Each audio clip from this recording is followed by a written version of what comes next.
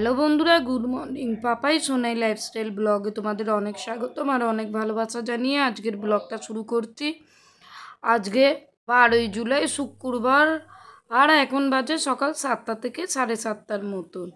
মানে যখন রান্নাঘরে এসছি, রান্নাঘরে এসে তো কোনো ফাঁকা সময় পাওয়ার কোনো টাইমই থাকে না, জানো। ধরো সকাল যদি 7টা কি 8টা থেকে কাজ শুরু করে দিই, একদম 4.5-5 ঘন্টা দম দিয়ে কাজ করতে হয়। আর এই দম দিয়ে কাজ করার পরও দেখবে অনেক সময় সংসারের লোকেদের মন পাওয়া যায় না। মানুষ তো সবাই সমান বলো। তুমি যে মানে প্রচুর পরিমাণ পরিশ্রম করছো, যে সংসারের মানুষের ভালোবাসা পাবে কি মন পাবে, সব সময় তো বন্ধুরা তা হয়ে ওঠে না।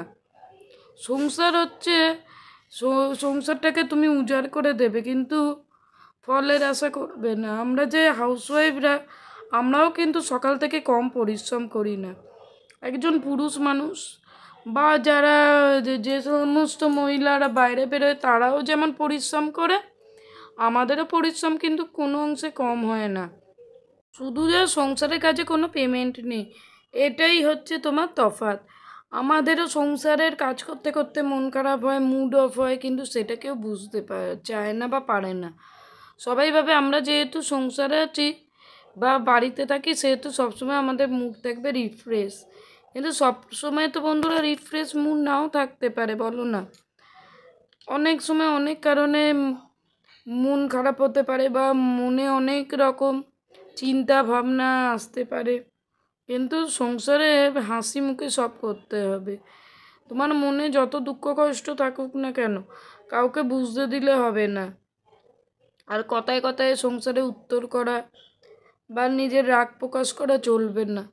সংসারটাকে সবসময় হাসি মুখে ওয়েলকাম করতে হবে, তবে তুমি একজন ভালো গৃহবধূ যাকে বলা হয়। কিন্তু সবসময় তো আমাদের মেজাজ ভালো থাকে না। যাক, ওসব কথা বাদ দাও। তোমাদের সঙ্গে কথা বলতে বলতে কিন্তু আমি অনেক কাজ করে ফেললাম। ওদিকে আমার ভাত হয়ে গেছে, পাট শাক ভাজা হয়ে গেছে, তোমাদের দাদার ডালিয়া হয়ে গেল, আর এদিকে আমি ডিমের তরকারি বসিয়ে দিচ্ছি। আর আজকেও বৃষ্টিটা পড়ছিল বলে ছেলে স্কুল কামাই হলো। আর যেদিনই ছেলে স্কুল কামাই হয় না, আমার মনটা খুব খারাপ করে, জানো তো। স্কুলে যদি গেলে যাওয়ার হ্যাবিটটা খুব ভালো হ্যাবিট। আমি একদম পছন্দ করি না স্কুলে না গিয়ে বাড়িতে থাকে, কিন্তু বৃষ্টি পড়ছিল আর ছোটো মানুষ সকালে ভেজালে তো আবার অসুখ করবে, বলো না। আর এখানে কালকে মাখা 3টে আটা ছিল, আরও 4টে আটা মেখে 3জনের মতো জলখাবার করে নেবো, কারণ রোজ রোজ রুটি নিলে বাচ্চা মানুষ, ওরও তো রাগ হয়।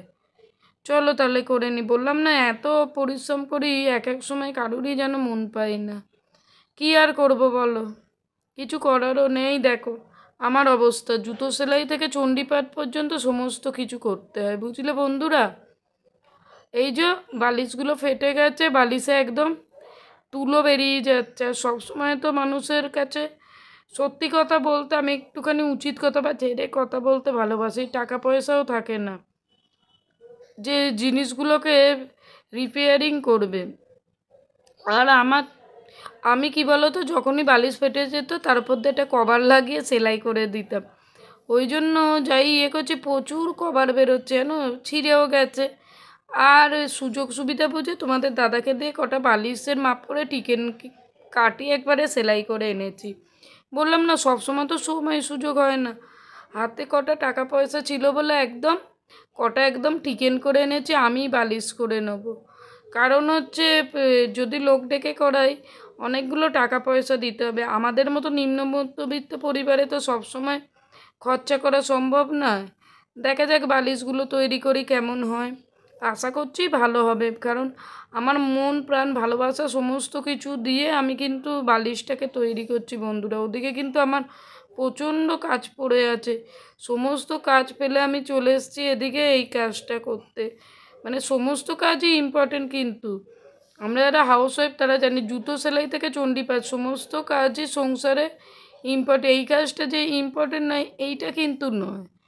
চলো তাহলে ওদিকে বালিশগুলো করে রেখে দিয়েছি। আর বাবা স্নান করতে হবে, আমি বললাম একবারে বিছানা ছেড়ে ঘরটা ঝাড় দিয়ে দিই, কারণ প্রচুর পরিমাণে তুলো হয়েছে, বুঝলে বন্ধুরা। এখন যদি ঝাড়া মাজা না করি মানে ঝাড়া মোছা না করি তাহলে না তুলো সারা বাড়িতে হবে। আমি বললাম আগে ঝাঁটটা দিয়ে দিই তারপর চলে যাও। আর বসেছি 11:45, এই 3টে বালিশ করতে জানো, আর পুরোনো বালিশগুলো খুলে তাকে তুলোগুলো ছাড়ানো 12টা বেজে গেল। মানে ঘড়িতেও আর আমার কাজেরও 12টা বেজে গেছে। আজকে মানে 2টো বেজে যাবে কাজ সেরে উঠতে উঠতে। কী করা যাবে, একদিকে তো কাজটা গোছলো বলো না। চলো তাহলে, এই দেখো দেখতে পেয়েছো কী পরিমাণে যে তুলো, চিন্তা করতে পারবে না। তুলোগুলো একদম ঝাড় দিয়ে পরিষ্কার করে বাবাকে পাঠিয়ে দিই। আর এই দেখো বললাম না আমাদের হাউসওয়াইফদের কাজ নেভার এন্ড। এই দেখো না সব যাবে, জামা কাপড় ফেলে চলে যাবে। আমি আর কি কাজ করি, আমি তো সারাদিন বাড়িতে শুয়ে বসেই থাকি, কি আর করা যাবে বলো। আর এই দেখো বন্ধুরা, গুড ইভিনিং বন্ধুরা। এই লাউটা সকালে কাটছিলাম তরকারি বসাবো, কিন্তু দেখি বাবা বালিশ সেলাই করতে বসেছে বলে, বয়স্ক মানুষ তারপর পায়ের ঠিক নেই, পারে নাকি বলো না, আগের মতো কি শরীর আছে, ওই জন্য মানে কাটাকুটিও কমপ্লিট করতে পারিনি। যতটা কাজ হয়েছে ততটা কাজ ফেলে চলে গেছিলাম ওদিকে বালিশটা সেলাই করতে। সমস্ত কাটাকুটি ঢুকিয়ে রেখে দিয়েছিলাম জানো ফ্রিজের ভেতরে। এবার সন্ধেবেলা ইচ্ছেও করছে না, মনে হচ্ছে তরকারিটা করা থাকলে ভালো হতো, কিছু করার নেই জানো তো। বললাম না সংসারের সমস্ত কাজ ইম্পর্টেন্ট, A to Z কাজ।